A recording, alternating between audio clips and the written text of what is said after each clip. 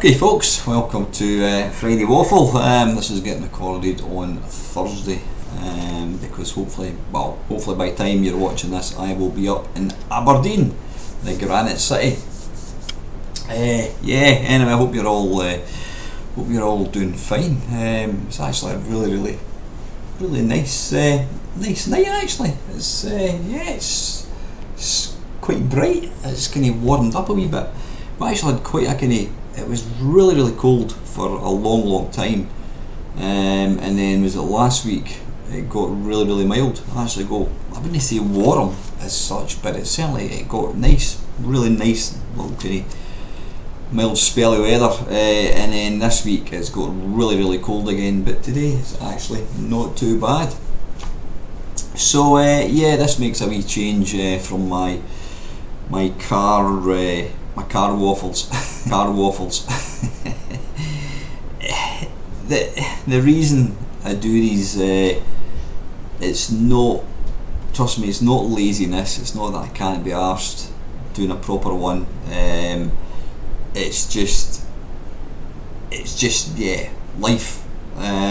Getting the time, getting the motivation to do these. Like I say, sometimes life can come along and kick your arse, and that's when that happens. You've got to reevaluate what's important, what's not important, and even just the motivation point of view can really drop. Just depends what's kind of happening. But without going into any details, I have had a couple of pretty tough weeks. Things have got a wee bit better this week. I'm optimistic. Got all my fingers crossed that things are going to start to kind of gradually get better.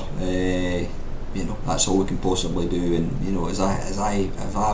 I've always said to people, in life, there's the only certainty in life is you're going to get ups and downs. You're going to get good times. You're going to get bad times, and it's how you kind of react to that. Because it's like I said, nothing in life stays the same forever. Very few things stay the same forever, and you've just got to try and accept. You've got to try and adapt, and most importantly, you've got to just try and be positive. Whatever is going on in your life, it could be money, it could be relationships, it could be illness, it could be mental health, it could be any worry, it could be any number of things, and all these things that I've mentioned have affected me over the years. It's affected friends, family. No doubt it's affected you guys as well. And it's just about trying to stay positive, and sometimes it's very difficult when you're in a situation where you feel there's nowhere to turn, there's no magic wand. That can be difficult, and you can get to the point where you just think, I don't know what I'm supposed to do, can't go anywhere, nobody can help me. Just try and ride it out, and sometimes after just a few days, whatever, to reflect on things and try and put little fixes in place. It can be something really small, but I think the word that I'm thinking about is hope. When you're in the situation where you just feel like you feel desperate, you feel there's no solution, like I says, nobody can come along and excuse me, and wave a magic wand. You've got to just cling on to hope that things will get better, and invariably they do. I mean, don't get me wrong, there's illness. If you've got cancer, if you've got cancer of the brain or something, you've got a terminal illness, the chances are you're not going to get better. You know what I mean? So there are always things in life. Losing a loved one, you can't bring them back. But what you can do is you can try and build on, how do I make how can I improve my situation? And one of the things that is very, very important is it's very, very easy to kind of keep looking behind you. Look at that door that's closed. You've lost somebody. Just think about how much you miss some whatever, and you've got to. And my dad, when I lost my mum back in 1998, I took it really, really hard. I really, really did. I mean, I used to go up to her grave virtually every day and just sit in the grave and just talk to her and just be around her. And my dad said to me, "Look, son, you need to, we all know your mum knew how much you loved her, but you need to look ahead. You've got to look ahead, and you're still young." Obviously it wasn't yesterday he said that to me, but you're still young, you've still got your life ahead of you. You've got to just try and be focused, concentrate on the little baby steps to make things better. Anyway, I'm getting into kind of the whole Jerry Springer thing here. I don't want to bring this down, because I think the last week has been better for me, and just hoping that we can keep building and things. So anyway, I'm going to keep this fairly short. I say that every single week. One thing, and I do say this a lot, and it's frustrating a wee bit, because I look at like, for example, my mate Delboy. He does a really good blog, a vlog, whatever you want to call it. It's like a diary of his life, warts and all. He talks about what he's been doing, how he's been feeling. If he's been feeling really down, he'll tell you. If he's been feeling positive, he'll tell you. He talks about his family and all these kind of things. And he does it. I think it helps him kind of cope with life. It's his opportunity to just kind of get things out there. It obviously encourages a lot of friendship.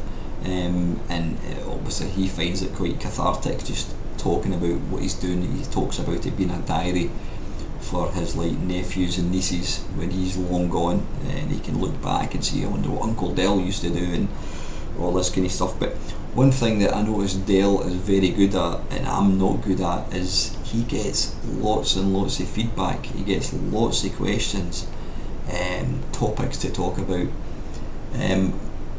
Maybe I'm being greedy, because I've been doing the Friday Waffle now since I think 2014. I've been doing it for over 10 years, and people have said to me, they've asked me every question they can possibly ask.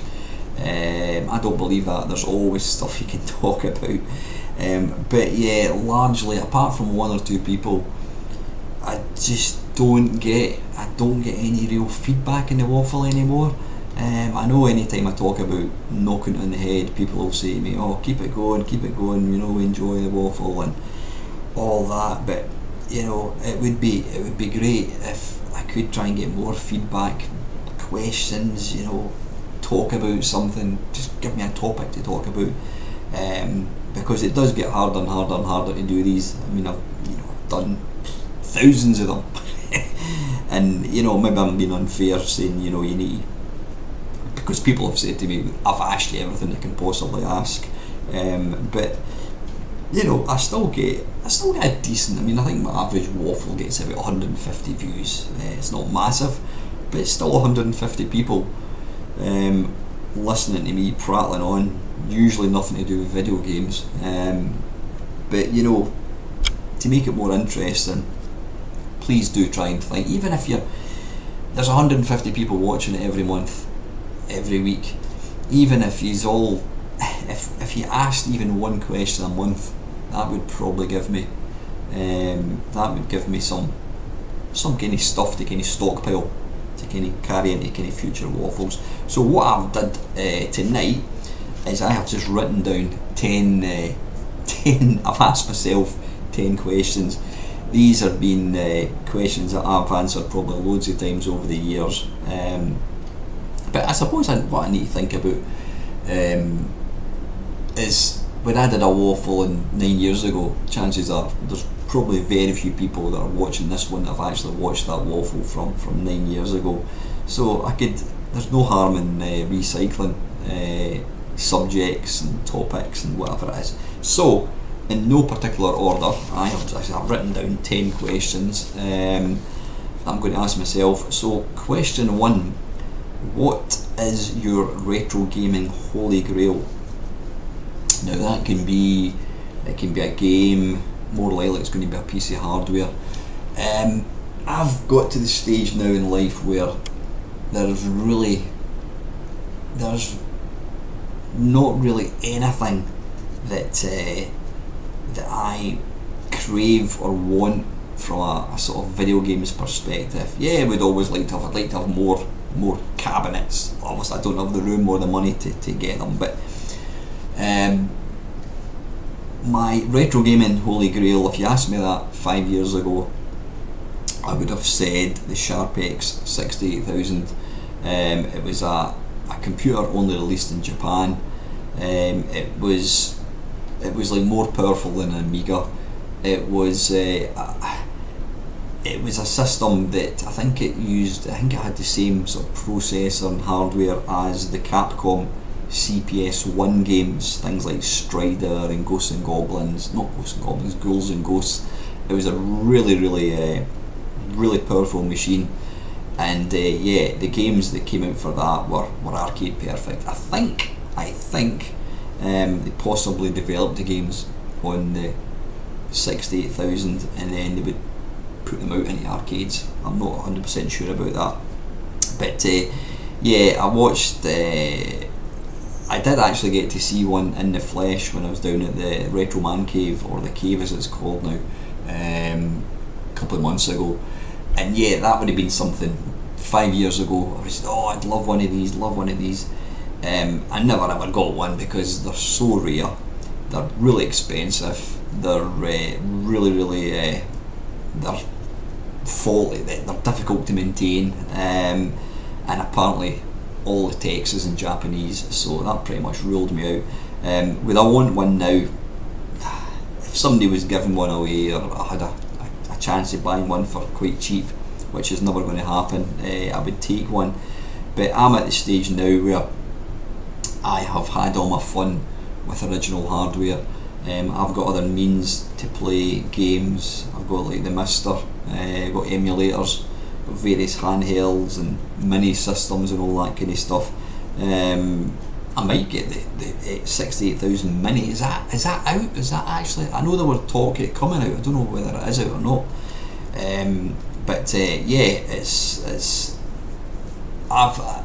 I'm now looking to sell my collection rather than expand it. The Sharp X 68000 would have been my holy grail 5 years ago. 10 years ago it would have been the Atari 800. That was the first computer that I really got to see in the flesh playing video games. Ray's Computer Shop back in the sort of, when would that be? That would be the very early 80s. Yeah, I remember seeing things like, 81, 82, seeing like Bruce Lee in summer games, and I always craved an Atari 800 just because it was the first computer I'd ever seen and I just wanted to have one, and I was lucky enough to get one quite a number of years ago. I did sell it about a year ago. Don't have any regrets selling it. I had the fun with it. To be fair, it just sat in my cupboard. I never did anything with it, but it's been passed on. I got decent money for it. It's been passed on to somebody else who can probably make use of it. And the last holy grail, which I do have, no surprise, is the Vectrex. The Vectrex is such a unique system. I don't think we're ever going to see the likes of it again. It was a vector kind of based screen. It's a one-off. It's an absolute one-off. I mean, I do have two of them because I want to. If one fails, then I've got another backup. Hopefully, it's a great system. Yeah, you can play Vectrex games on the Raspberry Pi. There's various emulators and all that, but nothing beats playing a proper Vectrex. If you've never ever tried one and you ever get the opportunity to try it or buy yourself one, go and get one. The sad thing is the price of these things now is exuberant. It really is. I mean, I don't know what they go for, £400-500. Yeah, so yeah, the Sharp X68000 would have been a holy grail. Atari 800 was a holy grail. I did buy one, don't have it now, and the Vectrex was a holy grail. I've got one, and I think I'll go before the Vectrex goes. So you can take for that whatever you want. Number 2, any hardware purchase regret? Did you buy any piece of hardware and then immediately regret it? I don't think so. I don't think there's ever been. I mean, normally like buyer's remorse kicks in when you've bought something that cost a lot of money, and you get that horrible, I shouldn't have bought that. I mean, the only, and it's not a regret, the only piece of hardware that I bought and then I sold it pretty quick after buying it was the N64. I did buy an N64 when it came out, I think 1996 I think it was in the UK. I played it for a bit. I didn't have that many games. I did play it for a wee bit. I mean, I loved Mario 64, obviously. That was a bit of a groundbreaking game. But then later on, I got rid of it. Later on, I bought another N64, and I got the EverDrive cartridge, and it never got used. Literally never ever got used. And then when I look at the N64 games, there is so little nostalgia for any N64 game. I says, apart from like Mario 64 and I mean even like Mario Kart, didn't like the Zelda games. There was just nothing on it at all. And the problem you've got with N64 is it looks notoriously shit on the modern TVs. You know, you connect a N64 up to like a HD TV, and it just looks crap. And it's like, unfortunately, it's like a lot of the PlayStation is exactly the same. They're fine for 2D games, but you put like a 3D game on now that you played in the PlayStation, it looks awful. But the N64 just looks worse. So yeah, I bought it, and then I realised didn't like it, and sold it, and I don't regret not having it. Number 3, biggest gaming disappointment. Now, if you watched a recent video that I put out, I did kind of allude to one of my biggest gaming disappointments. It's probably been a couple. Yeah, I mean, probably one of my biggest gaming disappointments would be, well, I'm going to talk about 3, and I'm going to put them in order. The original Barbarian by not the Psygnosis Software one, the Palace Software. That was once you initially got over the sort of the disappointment of the kind of blocky looking graphics, it's a great game. It's violent, it's got great sound, it's obviously got the classic head chop. It's a really, really good game, fantastic. The C64 is the one to play in my opinion. And then they announced a sequel, and it was like open sandbox, you know, you could walk about, kill monsters and all that, and I thought, oh, that's going to be great. And then yeah, Barbarian 2 came out, and it's just, I don't know, it just lacked excitement. Even some of the baddies were a bit stupid, some of the bosses that you were fighting, it's just, yeah, a bit pants. The second gaming disappointment would be probably Year Kung Fu. I mean, I loved Year Kung Fu on the C64. I loved the arcade one. I used to play it when I used to go to Stevenson College through in Edinburgh. I personally thought that the C64 one was a great version. I know some people don't like it.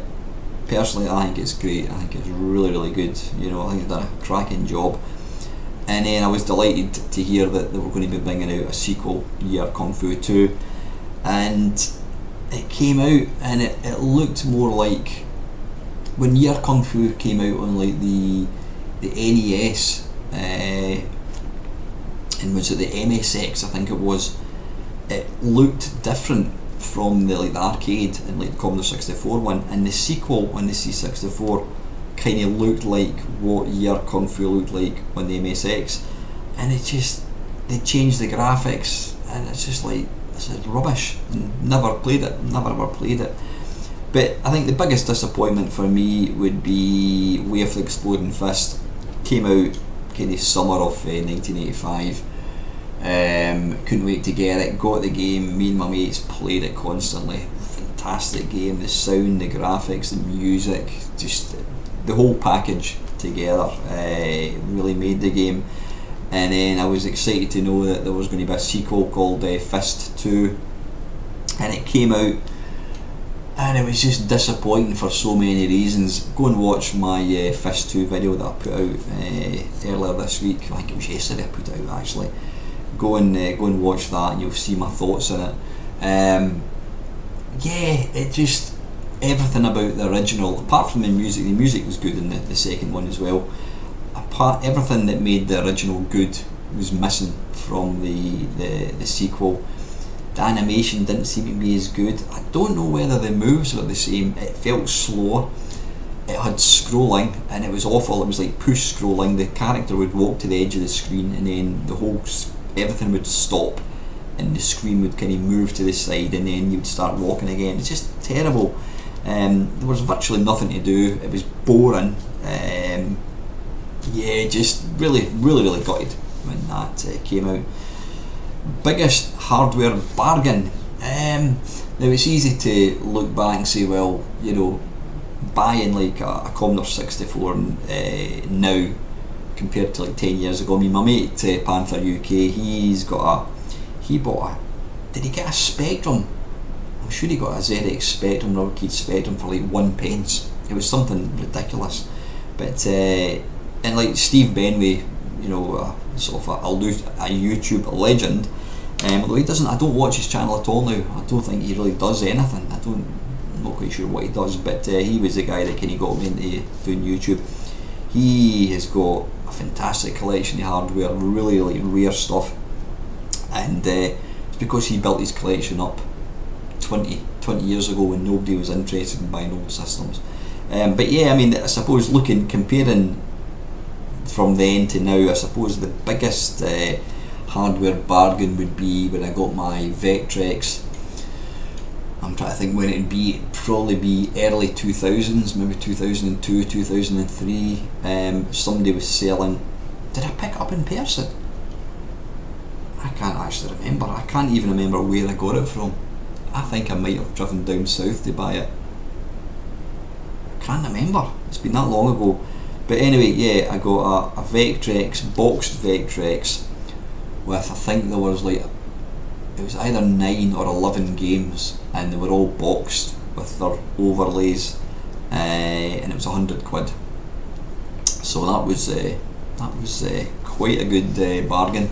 But again, back then it didn't seem like a bargain because, you know, nobody was interested in the Vectrex. Now you're looking at probably £300-400 just for a standard Vectrex system with no games. The other bargain I got, I suppose, would be when I got another one of my holy grails, Atari 800. Somebody, was it on eBay or I think it was in Gumtree actually, somebody was selling an Atari 800 and it was something like £110 including delivery. So I bought it and this massive box arrived, and in fact I'll tell you what it was, I remember it specifically.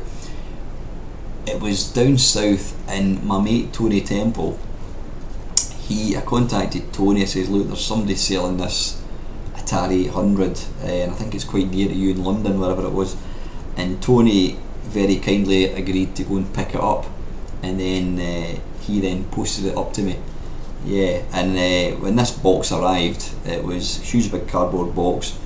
There was an Atari 800, there was an Atari 400, there was discs, there was games, there was manuals, there was books. Phenomenal, absolutely phenomenal amount of stuff.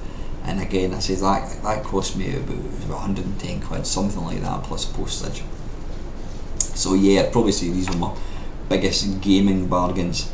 Any gaming regrets? What I mean with that is selling stuff. Have you ever sold anything and then immediately regretted it?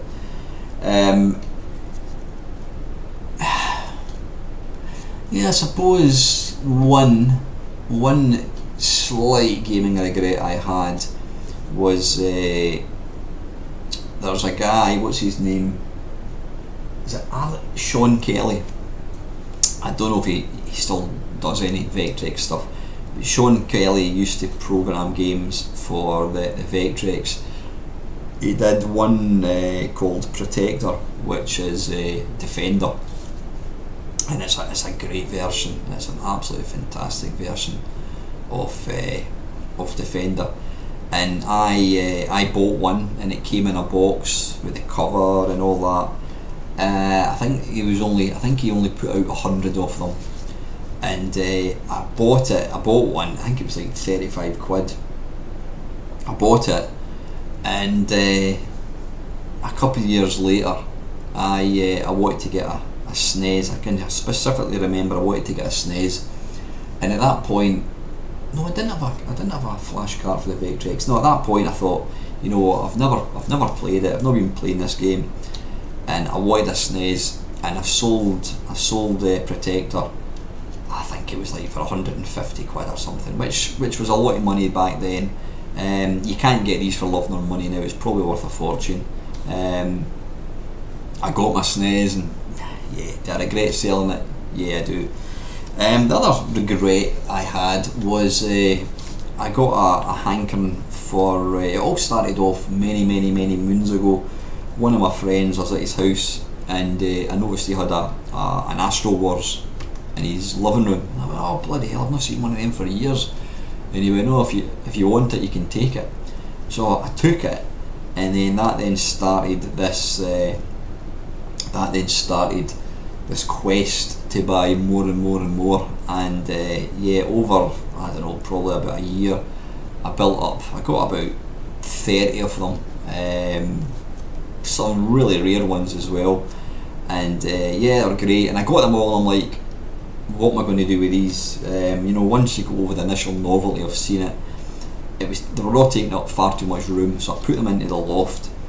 And then it was a few years later, I was wanting to that MAME cab that my mate built for me, I needed to get some money, and I thought, tell you what, why don't I sell these games, because I don't use them. They're in the loft, I'm not even looking at them. So I sold them all. I think I sold them all for about 200 quid. I can still remember the guy coming to buy them. I got my MAME cab, and fantastic. But then about a year later, I just thought, I miss having these, and I regretted selling them. And a couple of years ago I decided I was going to try and build up my collection again, and I've done that. The only downside to it is I spent a lot more. I mean, when I got them originally, you could get them for like 10-20 quid. When I bought them back again a few years ago, you were talking about 50-60 quid. Some of them even more expensive. I never spent like 100 quid on any, but yeah, like everything retro, the prices have just quadrupled. So yeah, that was probably my selling regret. What 16-bit game did you play the most? 8-bit game, I'm not really one of these people that puts lots of hours into games. Games that take up a lot of time are obviously like adventures, role-playing games, RPGs, all that kind of stuff. I'm not really into these games, but the game that I played probably the most on the C64 would probably be Elite, I think. Yeah, I got to the dizzy level of dangerous, but yeah, I loved Elite. Probably Elite. I don't know how many. It would probably be nothing compared to some of my mates. They put hundreds and hundreds. In fact, I've got one mate. He's played some games for like thousands of hours. I would probably say Elite. On the 16-bit, I would probably say Sensible Soccer. Yeah. Highs and lows of YouTube. I've been in YouTube. I'll start off with the bad stuff first. Sometimes it can, from time to time, feel like a bit of a chore.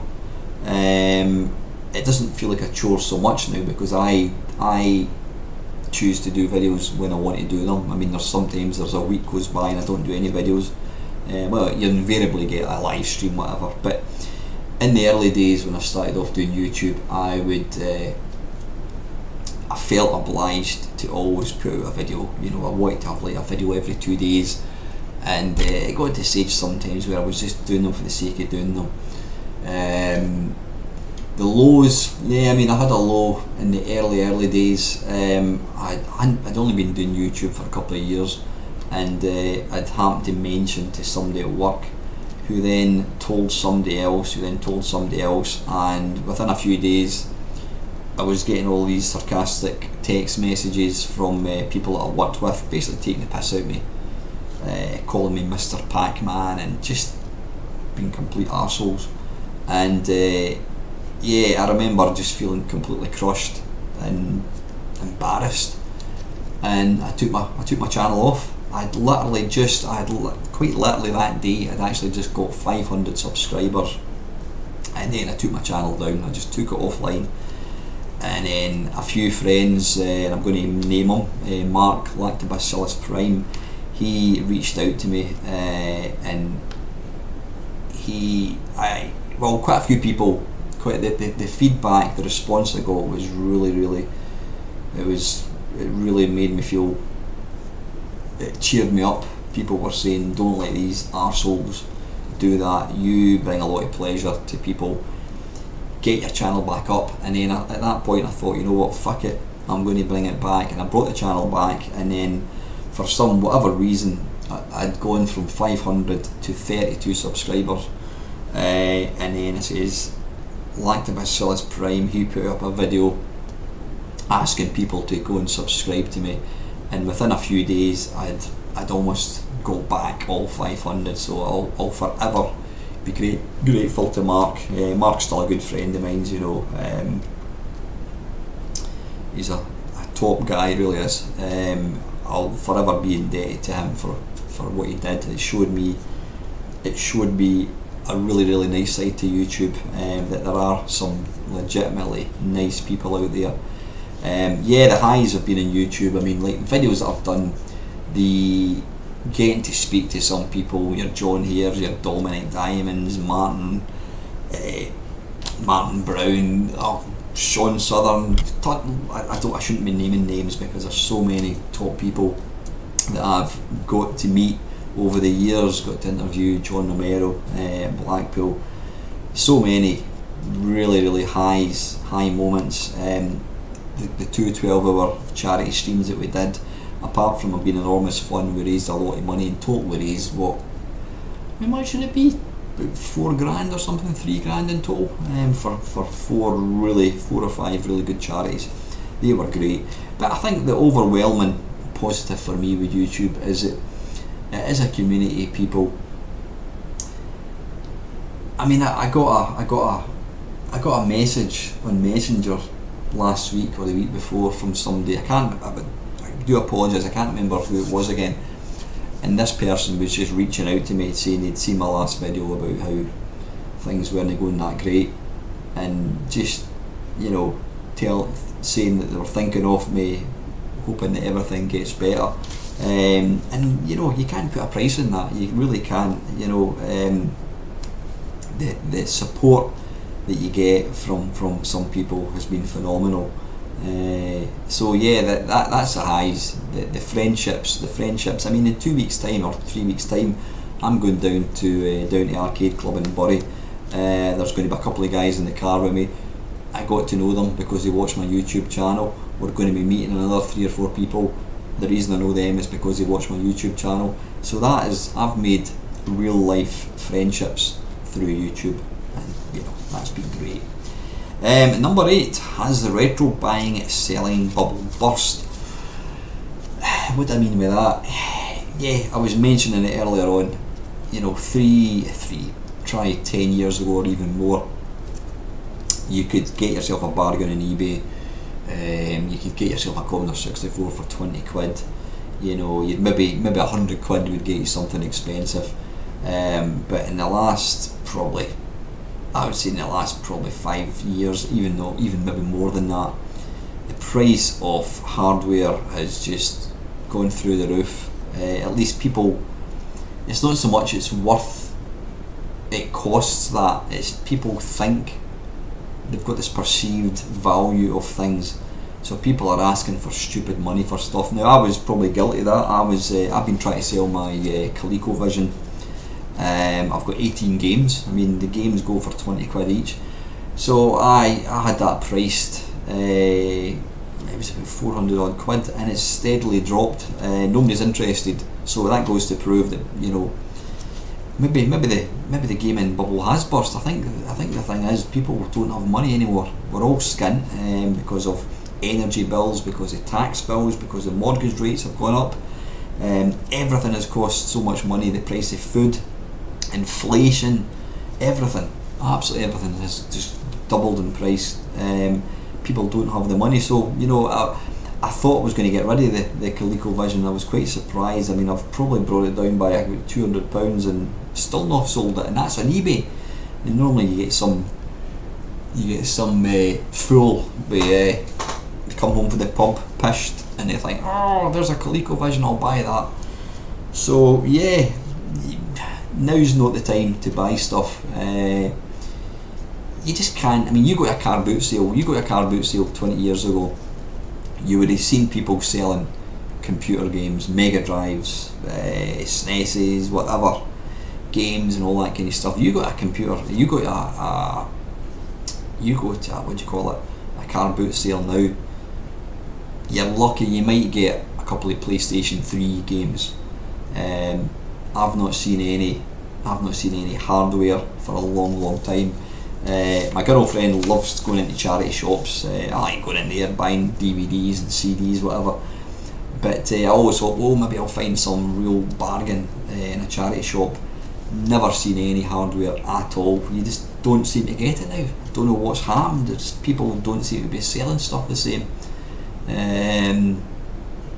But yeah, I mean, I do feel sorry for somebody who's maybe getting into this hobby now, because they're going to have deep pockets if they want to buy original hardware, because everything is just vastly overpriced. Yeah, there we go. The most expensive tech purchase that I've ever bought. I mean, apart from, like, I upgraded my computer a couple of years ago, not about a year ago. I think I've spent about 800 quid or something on it, whatever. That's a big purchase. But for a one-off tech purchase, I mean, the retro purchase, what's my most expensive retro gaming purchase? I mean, apart from, like, my main cab, yeah, I mean, I can't even remember how much that cost. That was maybe about 300 quid or something. You know, it wasn't a massive amount of money. I've never bought, I'm trying to think what my most expensive retro gaming purchase would be. I bought most of my stuff a long time ago, so I didn't spend a lot of money. I'm trying to think. The thing is, I would not give somebody 400 quid for something that's really old. I just wouldn't do it. I'm trying to think. I mean, my Commodore 64. It was maybe my Neo Geo. It was the MVS system that I bought. I don't have it now. I sold it because I was never using it, because you can play Neo Geo games perfectly on emulators, Raspberry Pi, Android systems. I think that was maybe about, I don't know, 250 quid, 300 quid. No, it wasn't 300 quid. Yeah, it was maybe about 250. That's probably about the most. Probably the biggest tech thing would have been when I bought an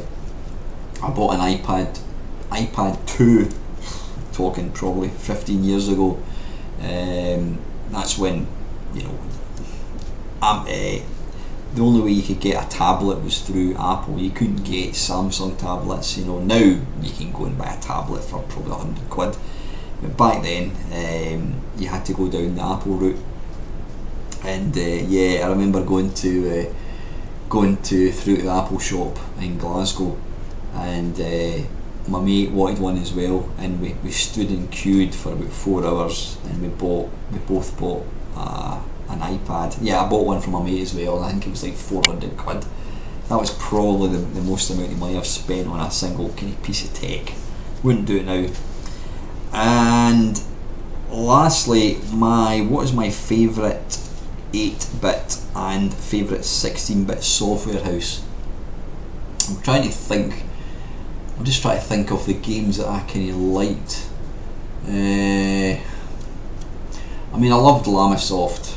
They'll always have a place in my heart. I still love what Jeff does. The fact that he's still making games, 40 years on, is fantastic. So I'm going to Lamasoft's a stick on. Yeah, I loved Lamasoft. Ocean, I never really got into their games. I was never into the film tie-ins.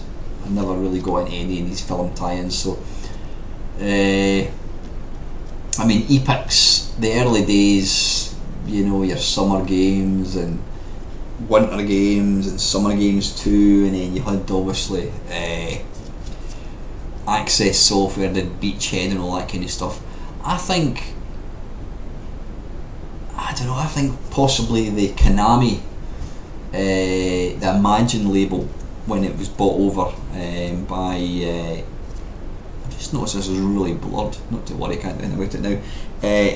When Ocean bought over the Imagine label, they put out games like Greenberry, obviously Year Kung Fu, Ping Pong, Hypersports. They were great. They were fantastic. I always thought they were almost like arcade perfect. 16-bit software, I think it's going to be. Oh no! Wait a minute. I'm going to say 16-bit software is going to be sensible software. They made my favourite 16-bit game, Sensei Soccer. They did Cannon Fodder, obviously sequels to Sensei Soccer. Didn't like Sensei Golf, I have to admit. Even John here admitted that was a bit shit.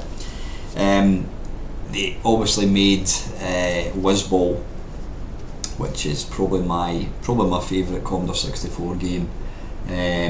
Sensei Software would be definitely my 16-bit. And it would be in second place for my favourite 8-bit. Right, the only question I've got is from Colin Jones, and this was from a few weeks ago. He asked me, how many computer displays connected to one desk is too many? Well, we quite obviously know the answer is there is no limit.